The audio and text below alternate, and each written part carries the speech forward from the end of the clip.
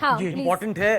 5 round की counting के बाद राघोपुर में तेजस्वी यादव 105 वोट से अभी भी पीछे हैं। 5 राउंड की काउंटिंग हो चुकी है। वो बीजेपी के सतीश यादव से 105 वोटों से पीछे चल रहे हैं। ये वही हैं सतीश यादव जिन्होंने 2010 में राबड़ी देवी को हराया था। उस समय वो जेडीयू में हुआ करते थे। 2015 और 20 का चुनाव वो हार गए।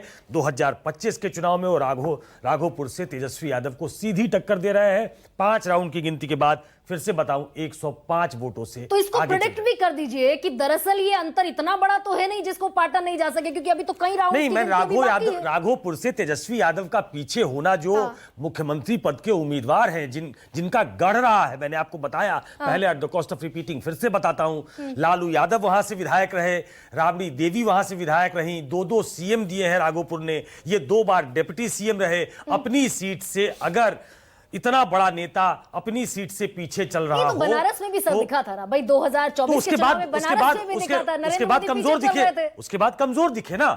बनारस में जीत का अंतर 5 लाख नहीं था, बनारस में जीत का अंतर कम था। एग्जैक्टली, जिसे हम कहते हैं कि भाई बनारस में वो जब काउंटिंग चल रही थी लोकसभा चुनाव में, तो नरेंद्र मोदी अपनी कॉन्स्टिट्यूएंसी से पीछे चल रहे थे कई दौर की काउंटिंग में, और जिस बनारस में वो पीछे चल रहे थे उस यूपी ने उनको ऐसा झटका दिया कि वो दूसरे नंबर की पार्टी। तो यानी कि आप ये कह रहे हैं कि राघोपुर से 157 या 153 वोटों से तेजस्वी यादव का पीछे होना ये इंडिकेट कर रहा है कि जमीन पर महागठबंधन के पक्ष में नैरेटिव नहीं था। देखने से ही साफ लगता है। संजय जी कुछ जोड़ना चाहते हैं तो संजय जी, आप बहुत लंबे वक्त बाद स्टूडियो में हैं। मैं सिर्फ सबसे पहला सवाल, ये गुत्थी दरअसल कोई खोलने को सुलझाने को तैयार नहीं है।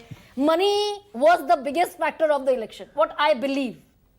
नहीं, मुझे नहीं लगता है कि सिर्फ पैसे के दम पर और पैसे के बदौलत आप इतनी बड़ी जीत हासिल कर सकते हैं। अब पैसे के बदौलत पैसा दे करके जिस बात की चर्चा हो रही है कि महिलाओं, महाराष्ट्र में हमने कहा भाई 1500 रुपए महिलाओं को दिए गए, 5 किश्तें पहुंचा दी गई अकाउंट्स में, तो ट्रिमेंडस विक्ट्री का सबसे बड़ा फैक्टर रहा महिलाओं को 1500 रुपए दिए जाना। यहाँ तो 10,000 दे रहे हैं। आपने कहा होगा ये बात, मैं नहीं इनकार करता कि आपने नहीं ऐसा कहा, लेकिन मुझे लगता है इसके लिए तथ्यों की तथ्य होने जरूरी हैं कि क्या यही एक फैक्टर था।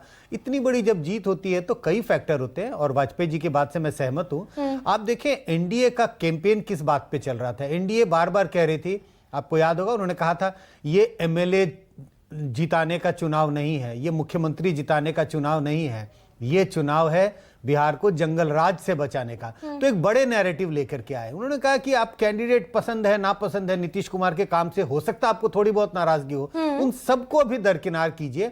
इस बात का ध्यान रखिए कि अगर महागठबंधन चुनाव जीत गई गलती से भी तो क्या होगा।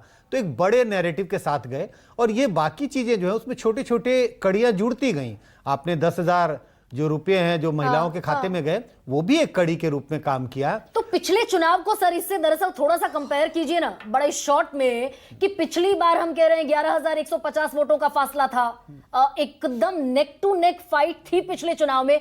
इस चुनाव में ऐसा क्या बदला? अगर पैसा फैक्टर नहीं था तो इस चुनाव में ऐसा क्या बदला? जंगल राज का मुद्दा तो पिछली बार भी था। देखिए बहुत साफ है, बहुत साफ है। अगर आप महागठबंधन के वोट को देखें, पिछले बार उनके पास 38% वोट थे, महागठबंधन का वोट बढ़ रहा है इस बार भी। उनका वोट 39% से थोड़ा सा ऊपर है, 1% वोट बढ़ा रही है महागठबंधन।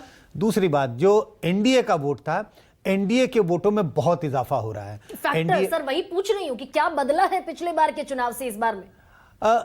बार बार इस बात का जिक्र हो रहा है कि क्या इस चुनाव में जात पात की राजनीति, मतलब जात पात की राजनीति नहीं मैं कह रहा हूं, मैं कह रहा हूं जातीय गोलबंदी हुई या नहीं हुई। बहुत सारे लोगों को लगता है कि जातीय गोलबंदी नहीं हुई। मुझे लगता है ऐसी बात नहीं है, जातीय गोलबंदी हुई है, और जातीय गोलबंदी पिछले कई चुनाव से कहीं ज्यादा है। अगर आप महागठबंधन को देखें तो यादव और मुस्लिम समुदाय के वोटरों का 80% से भी ज्यादा वोट उन्हें मिला।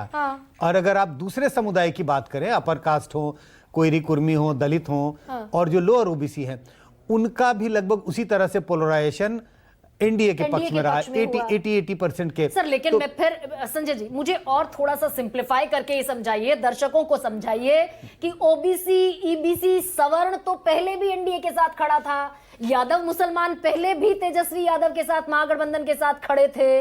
इस बार पिछली बार से ये बिल्कुल मुख्तलिफ टैली है। ऐसा क्या बदला 20 और 25 में? आपने कहा पहले भी खड़े थे, मैंने कभी नहीं कहा कि वो पहले नहीं खड़े थे। लेकिन अगर एक रनर जो है, जो कहते हैं कि 100 मीटर की दूरी 10 सेकंड में तय करता है, हो सकता बहुत अच्छा कर रहा हो, अगली बार वो उस दूरी को 8 सेकंड में तय करता है, तो वो तेज भागता है।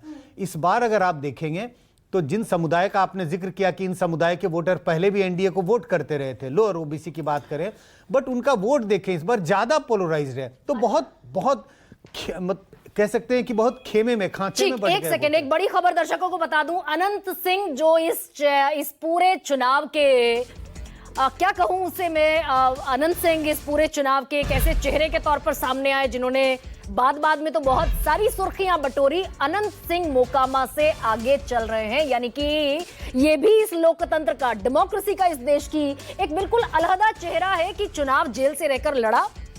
बाकायदा दो बाहुबली जेल में है, रीतलाल यादव आरजेडी से और अनंत सिंह दानापुर से रीतलाल यादव आरजेडी के जो कैंडिडेट हैं वो भी जेल में हैं। उन्होंने तो कोर्ट में दरख्वास्त भी लगाई कि भाई बाहर आ जाने दीजिए इलेक्शन कैंपेन के लिए, कोर्ट ने उसे अस्वीकृत कर दिया, खारिज कर दिया।